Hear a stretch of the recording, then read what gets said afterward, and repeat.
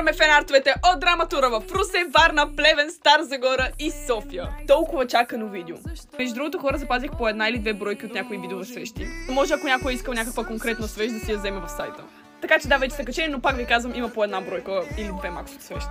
Започваме с едно много сладко подаръче и преминаваме към един цял адвент календар. Някой от вас ми е направил наистина, това е просто уникално.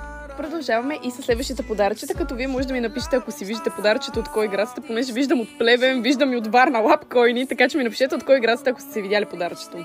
Ето я и следващата партида, много сладички фенартове от вас. Продължаваме с следващите фенартове, като между другото, хора, имам вече сумати панда чаши от вас, вече не знам къде да ги слагам.